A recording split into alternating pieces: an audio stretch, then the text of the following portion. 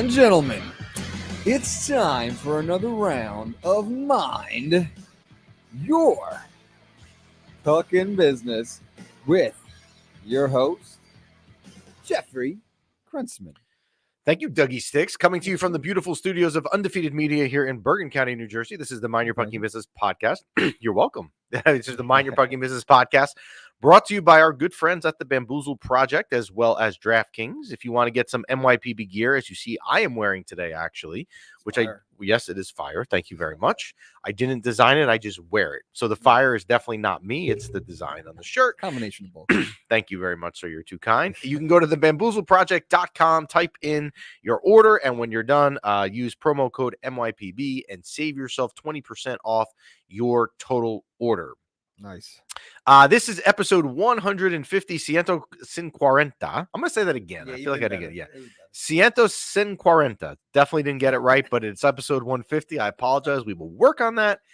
You can send your questions at any time to mypbshow@gmail.com, or you can go the more popular road and the way to get a very quick answer, and that is to DM us on the Instagram platform. That is at Mind Your Fucking Business. You can send us your stuff as you guys do all the time. And you can watch the show on Spotify. I'm sorry, you can watch the show on Instagram Live, YouTube, and Facebook, or you can stream it at your convenience on both Spotify and iTunes. Yeah. And we should mention, with playoffs abound now in all the sports really that are active right now, except baseball, you have NBA playoffs and NHL playoffs. Use promo code MYPB. Save yourself $20 off your total order on SeatGeek for whatever event you are going to go to. Absolutely. So, yes, there is a lot to talk about. I see it already in the comments. We're going to get to it all. Here's what I want to do. I want to put a wrap on the regular season first real quickly, and then we'll get into playoffs because there's going to be a time and a place to talk about the regular season. Hopefully that's not until June, but I just want to mention a couple things real quick on it, and then I will answer all your questions and what you guys are saying on Instagram about playoff predictions. We are going to give you our prediction for the Rangers and Capitals first round series. If you stick around, you're going to get it. So it's already been done, but we just haven't released it yet, but I know what it is. All right, so let's talk regular season first. We were on 2 weeks ago. We talked about here that, like, I wasn't really a huge fan of going full throttle for the President's Trophy. They ended up winning it, so congratulations to them. The Islander games the last 2 weeks were really interesting. Obviously, the game in Long Island, they came back and still lose 3-2 out there. The game over the weekend with a shootout winner by Trocheck versus the Islanders was a great game. Panarin with a late tying goal in the third period to send it to overtime. I don't want to make a lot about the Flyers game at home last Thursday. They didn't play well. They just didn't show up. They were flat. It's one game. It's a little bit hard, I think, in those situations to kind of dial in as a player to get up for a game like that when it really didn't have a lot of implications. Obviously, since then, they played the Islanders and Ottawa and played fine. So certainly looks like that Flyer game was a flash in the pan. Look, it's not an easy feat to win the President's Trophy at all in this league. You have 32 teams. 1 out of 32 is going to win that by being, the best regular season team. It is an accomplishment. It is not an accomplishment that we sell T-shirts for, that we don't throw ticker tape parades for, but it's an accomplishment and it's really cool. I want to say one thing that I thought of, and I haven't told anyone this, but my thought on this, and I have not seen this written anywhere. But I just want to say this, because I think this is one of the more amazing things about them winning the President's Trophy, and it's this. The Rangers, in winning the President's Trophy, never had the entire year. Think about this. Let's sit down and think about this point, because I think it makes it even more amazing.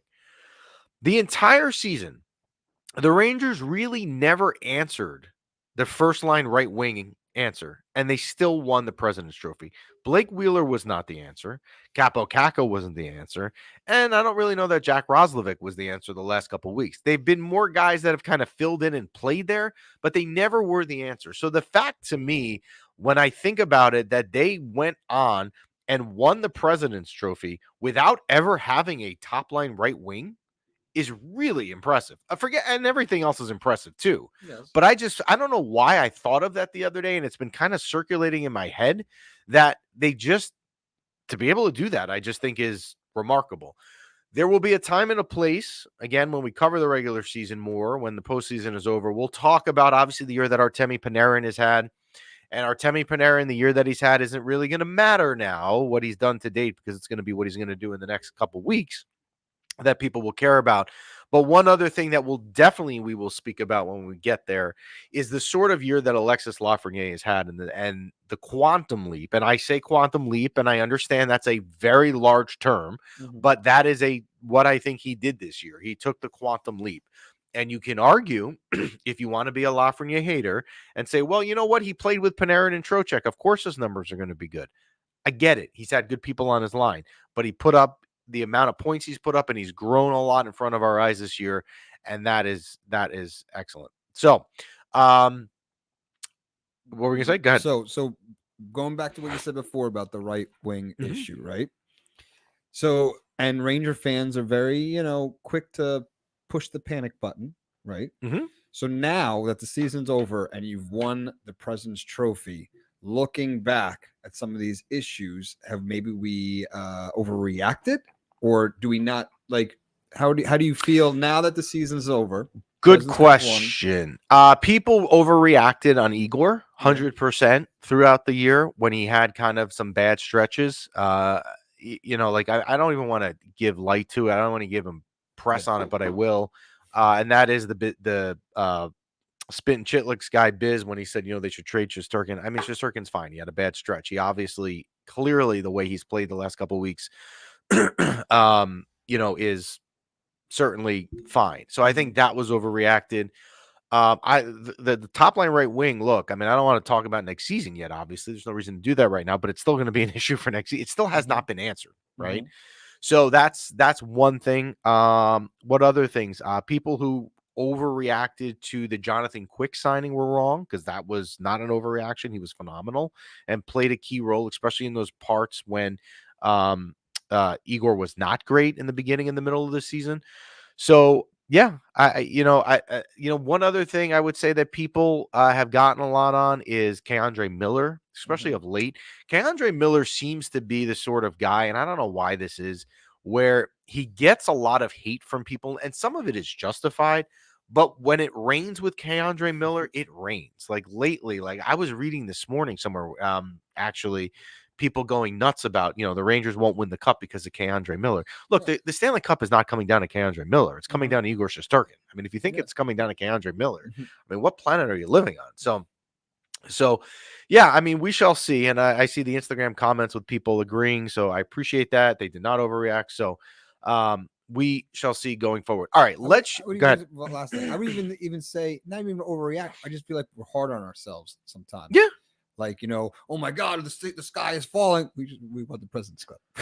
Yeah, but you know what? That illustrates a great point. And as fans, we always, in any sport, don't ever understand this in the moment. Seasons are marathons, not sprints, right? And you had stretches of the season, particularly in January, where the team didn't play well, where we did the clip that Chris sent me yesterday, where you said in January, they're drinking you drank the Kool-Aid that the Rangers were good. There's peaks and valleys in a season. There are never seasons that's just a straight vertical line up, right? There's always peaks and valleys. But you need to remember, you're right. Amongst the issues, whatever you had, you still finished the top team out of 32 teams. So how bad could the issues have been? So we shall see. So, all right, let's shift gears to the playoffs, because that's what really everyone wants. And we're going to now shift gears there real quickly. So, it's hard in a way this regular season to just forget. Like, I want to say, and I'm going to say it, that, really what has happened in the 82 games doesn't matter now going forward. And it's true. It really doesn't, because the Rangers could be eliminated in the first round and you won't give a rat's what about how they did in the 82 games. It's really now, it starts now. And I was thinking about last week. We were not on last week. I had some work stuff I needed to do, but we were thinking last week about Artemi Panarin and the lack of postseason success he had. And I had a discussion with someone, and I said, it's reminiscent, and we do not talk about baseball on this show, but I'm going to mention baseball because it is a fair comparison here. Are you a baseball fan? here and there. I mean, what playoff time? I'll tune in a little bit. I played lacrosse growing up, so it's like I'll watch a little bit. Okay. But not too big. So, do you remember? Careful what you talk about on the show now. Yes, I know. With baseball, we get in trouble when we mention the word here. If you go back to the late 2000s, the Yankees had Derek Jeter, Mariano Rivera, Andy Pettitte, Alex Rodriguez, a loaded team, right? They were loaded every year, okay? And they couldn't get over the hump. They had won the World Series in 2000 versus the Mets. They won the Subway Series. They lost the next year in the bottom of the ninth in Game 7 in Arizona, and they never won the World Series since. Now, an 8-year title gap is not a lot. Right? Look, Ranger fans were sitting here. It's been 30 years. Like, where can I sign for? I'll win it this year and give me 8 years off. That's fine. We'll do that. So, in that year, do you remember something? Do you remember a certain player that in the postseason just would shrivel up and couldn't perform well? Do you remember it all? The Yankees? Yeah. Has anything come to mind? No, Brian's laughing though. Does Brian know? Yes, it's A-Rod. Alex Rodriguez. Alex Rodriguez for years. Yeah. And we used to go to games, my wife and I, all the time. Alex Rodriguez, when the playoffs would come, would become, I don't want to say a shell of himself. That would be extreme. But he went from his stats would be up here and it would plummet. And they would say every year, A-Rod's working with a sports psychologist, whatever, yada, yada, yada, yada. And eventually in 2009, he performed well in the postseason. And what happened? They beat the Phillies in 6 games and won the World Series. He finally got over the hump. Something happened where he got over the hump. Yes. Over the weekend, out of the blue on Sunday morning, came out a report, like literally, and we put it on our story on MYPB, but it came Alex out. Is hanging out with Panarin. Yes, Alex is coaching Panarin. That's all the Rangers need, my man. So they put out a report that there were some instances last year with Panarin where the relationship with their coach, Gerard Gallant, was incredibly strained, and it went into the playoffs and kind of weighed on him. And the way that it was written, because look, not everything that is written is true, right? We know this, right? You take it with a grain of salt. Yeah. However, it's basically, I'm trying to think of the best way. The picture. I'm trying to think of the best way here to explain this. So just tell us what was Gallant doing to Panarin? It basically was written in the sense that now that Gallant is gone, he's got the monkey off his back, and you saw him perform in the regular season, so the expectation should be there for the postseason. What was the strain? Like, give us the juice. There was none of that. They don't know what it was. The only thing they said in the article, which was not accurate, it was accurate, but it wouldn't be enough to strain a relationship, was that he wasn't happy with Panarin's play on the blue line, where, he would dangle the puck, a little bit here and there. Okay. I don't know that that's enough to strain a relationship. Get over it. Right. That's not a major point. Yeah. But, so you definitely would see a chance that Panarin will be better in the next couple of weeks based on that article. And that is key, right? I mean, because the Rangers are not, well, first off, you're not going to go anywhere without your goaltending, because that is 100% the accurate thing in any hockey team, right? Look at all the Stanley Cup champions of the past. You had, last year, you had Vegas, Adin Hill. I mean, it's always comes down to goaltending. But if you don't have guys putting the puck in the net as well, you can't win every game 1-0. Goalies are human. Yep. And you need to see that, and hopefully Panarin will deliver. So there is some pressure on him, but I was thinking the A-Rod comparison for sure. But I would think, if you told me, like, gun to my head, does Panarin show up here in the playoffs? I think so. I mean, I think he's just playing with such confidence, and that whole line with Trocheck and Lafreniere, literally the entire season, no one's been able to stop it. So that's the first thing. A couple other things. Home ice in recent years has not been across the league, not just with the Rangers, has not been that important. Teams are going on the road and winning critical games. Teams are going on the road and winning game sevens. Look back to 2019, which with COVID now seems like that was a century ago, but it was only 5 years ago. St. Louis Blues had to go into Boston on game 7 and win on road ice to win the Stanley Cup, and did that. So you are seeing games. I mean, I can think back to when the Rangers went to the Cup last in 2014. And they lost to the Kings. The Kings had to win game 7 in Chicago. Teams are winning games on the road. So that is a very, very important thing to keep in mind here. Absolutely. The other thing, the most important thing before we get into the Ranger series, I want you to remember overall, is this. The Rangers in their this is an amazing stat, and this has not been talked about anywhere, but you heard it here first. I am just stating a fact. Facts. In the Rangers' last 4 playoff series, Pittsburgh at home, Pittsburgh, Carolina, and Tampa in 2022, and the Devils last year, the winner in each of those series of game 1 has gone on to lose the series. The winner of game 1 is 0-4 in the series to win.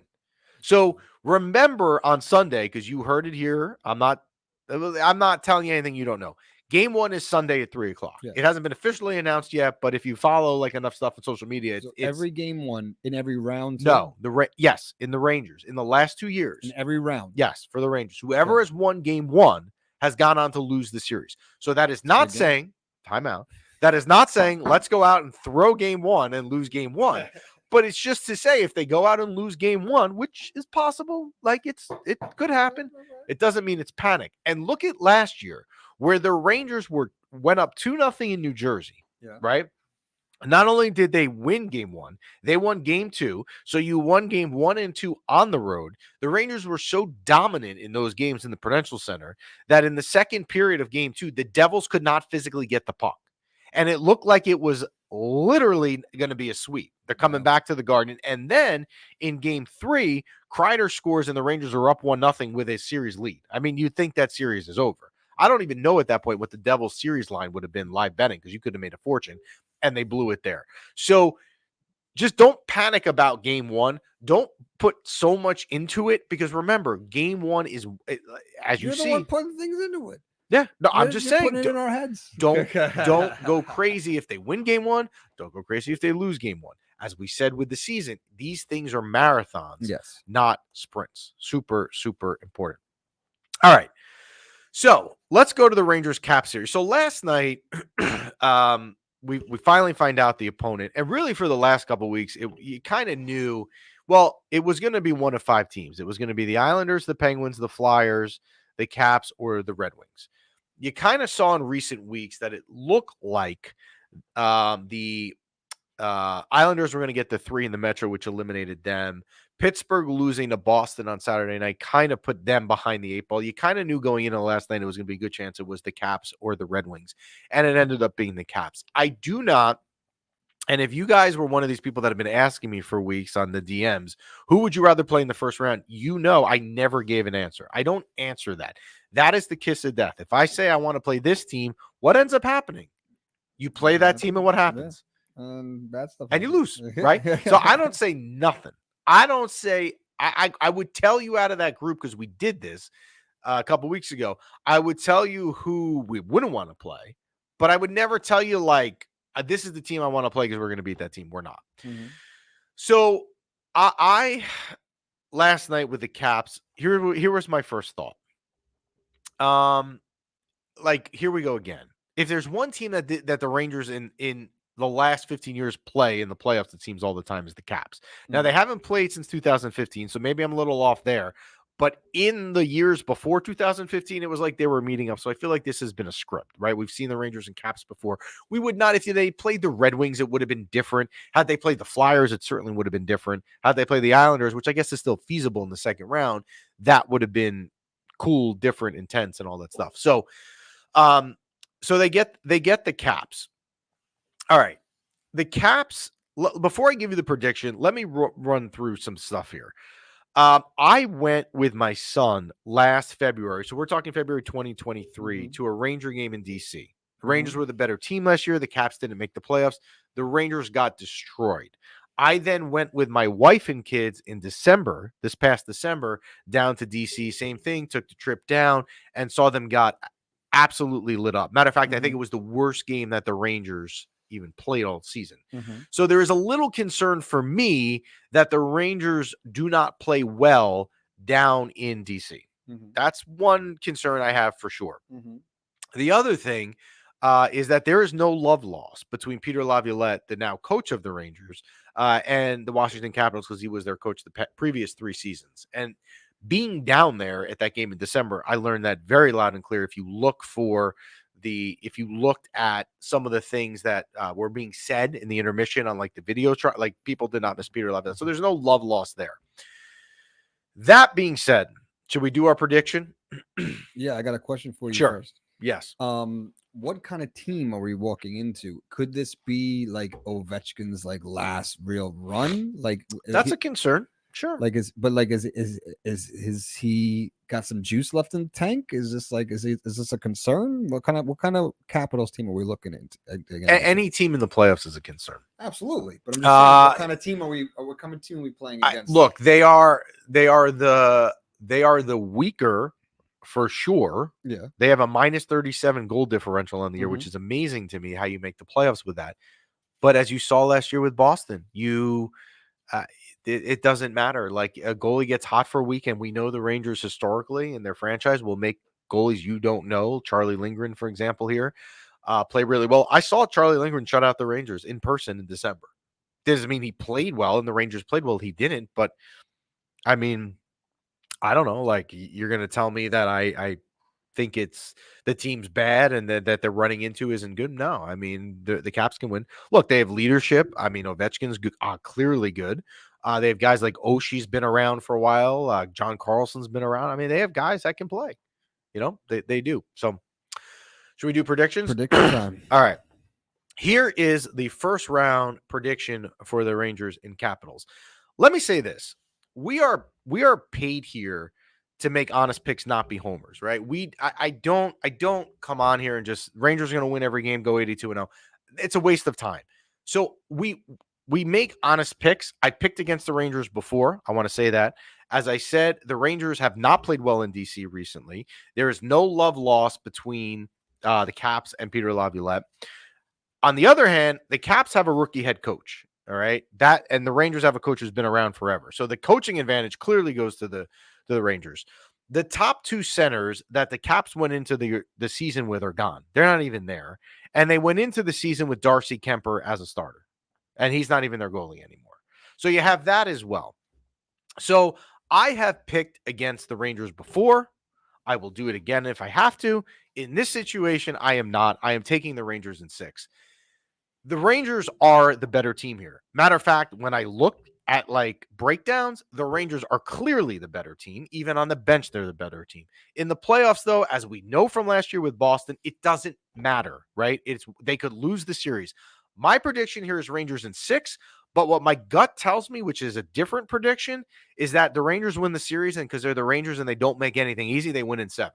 But my prediction is the Rangers to win in the series. And here's the other thing. With the regular season they just had, if they can't get out of this series, then what's the point of even trying to move on to beat the next 3 rounds? True. Because the competition would only get a lot exponentially harder. Absolutely. So my prediction is the Rangers in 6. Very nice. You want to make a prediction? I agree. 100%. You agree? Okay. Yeah, 100%. I'm saying 4 of those. Clean sweep. Nah, they're not going to sweep. The Rangers don't. The Rangers do not know how to make anything easy. They don't, right? Yeah. They literally have no way of making things easy. I'm just screenshotting something on my phone if you're watching. I'm pretty sure I know what you're screenshotting. Yes, you probably did. So they will not sweep. I'd love to be wrong. I could see a situation where the Rangers won in 5, and I see some comments. You want to put up the Rangers in 5 from Quotes of Motivation 101. Yeah. There's a lot of people on Instagram. The Heavy Empty is saying Rangers in 5. V Flato, Rangers in 5. You could see that. Like, you know what? That wouldn't surprise me. Rangers in 4 would surprise me. 100%. The Rangers make everything hurt. Alvin's right. Like, they don't make anything easy, which is why, like, even though my official prediction is Rangers in 6, I wouldn't be surprised at Rangers in 7 because they make everything difficult. And they would win game 7. You know what they will do?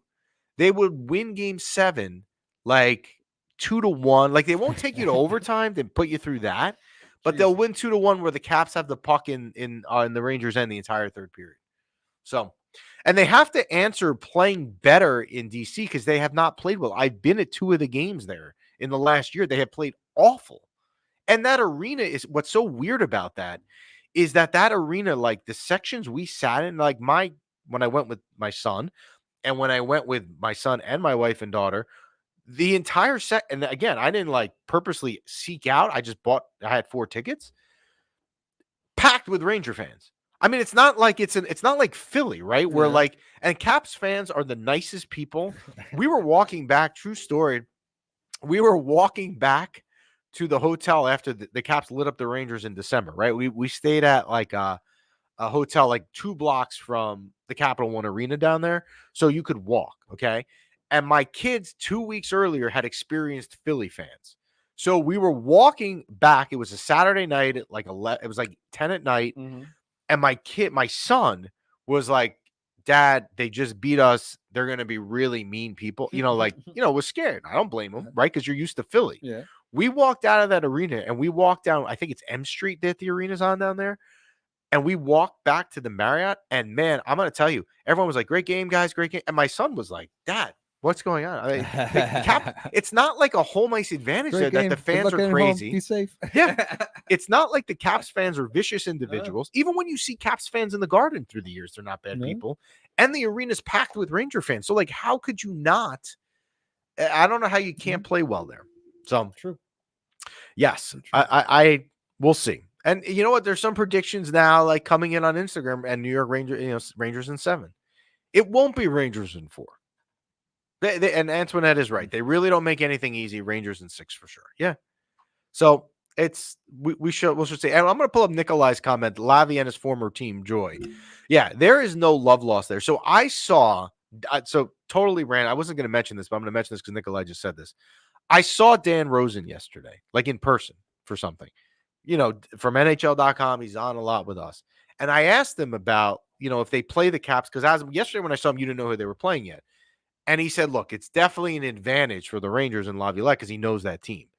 Versus the other way, the Caps aren't going to sit there and say we have an advantage because he used to coach us. Spencer Carberry doesn't know much about the Rangers. So you would think that it would be the thing. And Chris is correct that Philly fans are the worst. Yes. Absolutely. My son, it was funny. We walked, they had because it was Christmas time. Yeah. Between the arena that the Caps play in and where the hotel was when we were walking to the game, it was like, 6:00 at night. They had a whole Christmas village set up. It was really cool if you're into those sort of things. Yeah. And at the end of it, like it was dark walking through there. So you're like, oh, geez, but like the fans down there could not have been any nicer. Nice. I mean, it was like we were on waiting with the concession stand, my son and I.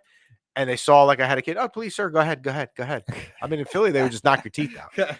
So, yes. And Alvin brings up a good point that the Caps will be super motivated to beat the Rangers because of Laviolette. I don't know that they need they shouldn't need excess motivation in the playoffs. Mm-hmm. However, yes, I think that is something. I think the Laviolette factor here is interesting. And Tom Wilson as well. If you remember, is Tom Wilson, Ranger fans know well, and Rangers Ed is right. The Caps have the worst goal horn in the league. It is so annoying in that arena when it goes off and you're the opposing fan. It is so loud. It's absolutely the worst goal horn in the league. Really? Yes. And my plan is that should be a thing we evaluate who's got the worst goal horn. We could do that in our summer shows where we have less to talk about. I might go down to DC for game 3 and 4. Wow. I need to see the NHL. This drives me nuts. Game 1 is Sunday. The NHL has said that. But now we need to wait until the end of the regular season to end tomorrow night. We know all the Eastern Conference playoff matchups, which we're going to get into in a minute. But we now have to sit here and wait for this to get the rest of the schedule. Like, let people plan. The New York and DC markets are going to get good time slots, right? You already know you're getting the Sunday at 3 slot on NBC. You would assume that game 2 then goes to Tuesday. So the Knicks are Saturday at home, the Rangers are Sunday. Yeah. You would then think the Knicks go to Monday, Rangers go to Tuesday. All games should be planned. The first 4 games should be planned already. But they do not announce it. I am sure behind the scenes I can understand 5, 6, and 7. Yes. But the first 4 games should be on the books. Yes. That doesn't make any sense. Nikolai's question, Remke, Brodzinski, or Jones, who gets the most playoff time? If you are a Matt Rempe fan, which we know, insanity, which we all know I am not the biggest fan of. If you are a Matt Rempe fan, this is the matchup you would like, because I think you're going to have a chance to see more of him, because Tom Wilson's there, as is ex-Ranger first-round draft pick Dylan McElrath. I think that Rempe, though, has to have a super short leash. Like, if you do anything stupid, you're done, and that's it. Like, this is the playoffs. And if you remember, when I went on my Rempe rant a month and a half ago, when he took the 5-minute major in the Devil game, it was exactly that sort of situation that I would worry about. If that situation happened again where he lost his head, that would be a problem. 1 strike, you're out. And thank you, John, on Instagram. The whole NBA first-round schedule is out already. Yeah, I don't understand with the NHL. Now, the NHL, well, here's what I do understand. The Western Conference matchups are not set, right? I think two of the 4 series are set.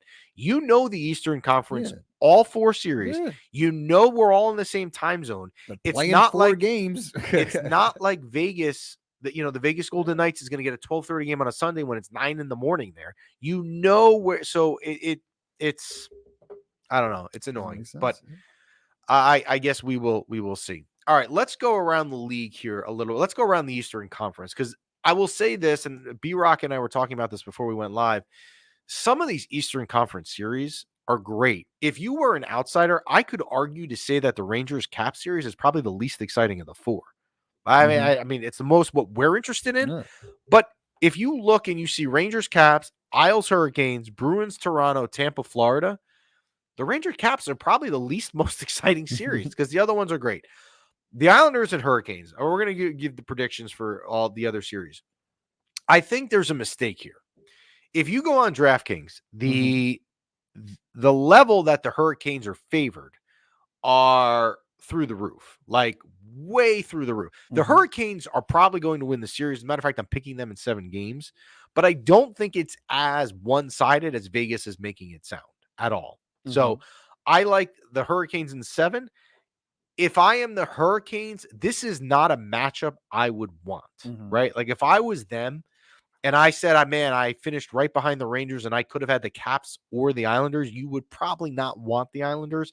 They will give the Hurricanes fits. And if you are the Rangers or the Caps, whoever is going to get through this series and then play the winner of the in the subsequent round of the Islanders Hurricanes, you want this series to go 7 games. So, and Chris is right. You would appreciate low-scoring hockey. Do not be pounding your over 6.5 bets on this series, because goals will be at a premium. And the Islanders have not been letting up a lot. As Chris says all the time, the Islanders, I believe under Patrick Waugh, have let up 2 goals or less in the vast majority of their games. So I like the Hurricanes in 7. The Atlantic Division did a flip-flop yesterday with the way Boston played last night. So now you have the Bruins and Toronto in the 2-3 matchup, and you have Florida and Tampa. Let's do the Bruins and Toronto first. Another phenomenal first-round series. You have 2 original 6 franchises that do not like each other. You have star power on both sides. You have Austin Matthews, obviously, on Toronto, and the most insane, ridiculous year that he has had. You have the Bruins, who are still, maybe they don't have a Bergeron they had last year, but they are really good. This is a long series. I've debated what I knew in this series to do prediction-wise was say someone would win in 7, but I didn't know who. But when I look at the track record historically that Toronto has had, the fact that I trust the Bruins goaltending and defense a lot more than Toronto, I am going to go the Bruins in 7. So that is the pick in that series. And you can let us know in your chat. We'll pull in your other comments as well if you guys have other predictions as well. And the other series, the Florida Showdown, which is, and we will talk about Filipino in a minute. I see all these comments about Filipino. We'll get to Filipino. I have not forgotten. Just haven't gotten to him yet. The other series, the Florida Showdown, which is Florida and Tampa. I don't think Tampa is good enough to beat Florida. I really don't. I think Tampa is enough to be kind of like a nuisance to them and make them frustrated. Mm-hmm. But I just, at the end of the day, I'm going to go the Panthers in 6. And I wouldn't be surprised also if for some reason this went Florida in 5. I just don't think. I understand Tampa to an extent, and we're all guilty of this, myself included. Sometimes we look at Tampa and we see Stamkos and John Cooper and all these guys, Vasilevsky. They haven't been as good as they were when you like are associating their names in your head. Mm-hmm. So I think Florida is a very, very formidable opponent there. I like Florida in 6. So my Eastern Conference picks, obviously I said the Rangers in 6, I said the Hurricanes in 7, the Bruins in 7, and Florida in 6. Now I am going against what I said, where I was like home ice doesn't matter. I picked all 4 teams with home ice, but they're close. So. Very nice. And we want to hear from you guys. So we'll do quotes of motivation. Instagram. We'll do quotes of motivation. Tampa in the playoffs are a different breed. I have them in 7. It wouldn't be the most surprising thing ever. I mean, John Cooper is a heck of a coach. I think if you're a fan of the Rangers, you want every other series to go 7 games. Right? Mm-hmm. I mean, and Alvin has a great point as well, and it's getting a little bit ahead of ourselves, but you would not want to see the Islanders not this year. Remember what happened last year with New Jersey? Yeah, you don't want to play a rival. Mm-hmm. Like, I'm done with that. I don't want to ever play the Devils in the playoffs. I don't want to play the Islanders. And quite frankly, I didn't want to play Pittsburgh or the Flyers for that reason. That's not to say. And the Rangers, you can argue are rivals with the Caps, but I would tell you they're not. Because their fans are fine. Like a lot of times, friendly. Right? Like rivals to me are me taking my kids to a game and I need to explain to them why they're hearing the things they're hearing in the crowd. It's not the case with the Caps. All right, Filipino. Yes. Last week, yes, it came out typical Ranger fashion. Lower body injury. No, typical Ranger fashion that Filipino is skating again. Yes. And everyone right away says, Filipino's coming back. He's got his skates on. He's got his stick. He's got his glove. He got his helmet. Yeah. He's shooting pucks. He'll be back. Yeah. I have a hard time believing that. I really do. Yeah. And here's the other thing. If Filipino is healthy, and we don't know if he is because the Rangers say nothing, right? Mm-hmm. So we can say he is. We could say he isn't. Whichever way we're going to go, yeah. We do not know. We are guessing. Okay? Yes. But if I'm Filipino, he has not played in months. You're going to now throw him into playoff-style hockey, especially if the scenario is, and again, we don't know if this is true, that he's been dealing with multiple concussions because the Rangers don't say anything. Yeah. Right? So here's a guy who's been dealing with multiple concussions. He hasn't played in game speed in months, so let's throw him in the Stanley Cup playoffs. Aside from the fact we're risking the guy's health, no. You know what I took out of this? What'd you take out of this? I took out of it this. Filipino skating may not be a sign that he is coming back in the playoffs, but it's a sign that if you were of the belief, and I said this was a possibility, which I think now is less, that he's never going to play again, I think now you can see that he's going to play again. I just don't necessarily think it's now. Yeah, he hasn't played in months. You just won the President's Cup. If it ain't broke, don't fix it. Yeah. I just, and I know people get excited about Filipino coming back. I get it. I just don't see him being thrown into playoff style hockey. And he hasn't played. Like, that's the other thing. He has not played in a while. True. But I think it's a good sign for the future, for sure. Yeah. I think that certainly seeing him do that, I think it increases the odds immensely that he will be back next season. If he's back before then, I guess. We'll see. Don't rush. Don't rush. I would not rest it. Dress. So a couple of comments. Any merit in to play some head games? Dress Remke just for warm-ups. No, I don't think that they would do that. I think if they're dressing Rempe, they're dressing Rempe for the game, not for just warm-ups. I don't think the head games. Peter Laviolette's not that sort of coach to me. That's going to sit here and look at that. If we look out west before we head out, the NHL, the Eastern Conference came down in the last night yesterday, obviously, to determine the last series. And actually, 3 of the 4 series weren't determined until last night. And the West will come down in the final nights here with 2 of the 4 series. But the series we do know, which are also very good, actually, we only have 1 series that which is Colorado and Winnipeg. That is an awesome series. And Vegas almost has that as a pick'em. right? Mm-hmm. So Vegas has Colorado as a slight favorite, but I'll tell you, Winnipeg, man, the type of style of hockey that they play is the type of team that can beat Colorado and also stop the year that McKinnon is having. Mm-hmm. 100%. Yeah. Absolutely. So Rangers Ed, people acting like a Hedel is Artemi Panarin or something. What has he done? That is correct. Look, Hedel would be helpful if, I mean, there's a place for him if he had been playing. Like it's not like, Hedel would be if he was healthy, would be a detriment to the team. No, he could be a third line center. He'd be great in that role, or maybe even maybe four, whatever, but not at this point. I know Chris, and he had said it in the comments, was that they should have played him in Hartford over the weekend and give him some game speed in the AHL. But the fact that they didn't is probably also a sign that he's not playing anytime soon. Mm-hmm. He's probably just skating with the team. Yeah. And look, you could also argue that there was a motivational lift for the guys around the team to see him skating, and it looked like there was if you saw videos from the practice. But I don't know. I just don't think he's playing anytime soon. Don't need to rush it. Just like with the trade, you didn't want any big moves and big trades. You liked the team that you got. Yeah. Yes. And Chris, with the painful comparison, Hedel has outscored Panarin in playoffs. So, all right. So game 1 for the Rangers Sunday sounds like a 3:00 game. The NHL will release the rest of the schedule. I would assume MSG will do. Now, someone had said that the NBA playoff schedule is out. And if that is true, we can see if the Knicks are home on Monday for game 2, and it just came out. So the Knicks are home. We can figure this out real quickly here. The Knicks are home. Now my computer doesn't want to work, as always, the way it works, or I'm being sold ads here. Mm-hmm. The Knicks full playoff schedule first round. The Knicks are home on, they're home on Monday. So the Rangers will be Sunday and Tuesday. And then I would assume, because they don't usually skip days in the first round, and if you look at the event calendar at Capital One Arena, they don't have anything down there next week. I would think you would see Rangers Sunday and Tuesday, New York, and Friday, Thursday, and Saturday. I would say afternoon in DC. And then the Knicks come home Tuesday. So, well, actually, here's where it gets interesting. The Knicks skip a day, so the Rangers would be, The Rangers are going to be. Game 3 is going to be Thursday because the Knicks are skipping days here for some reason. The Knicks will be, yes, I would think that that's what's going to happen.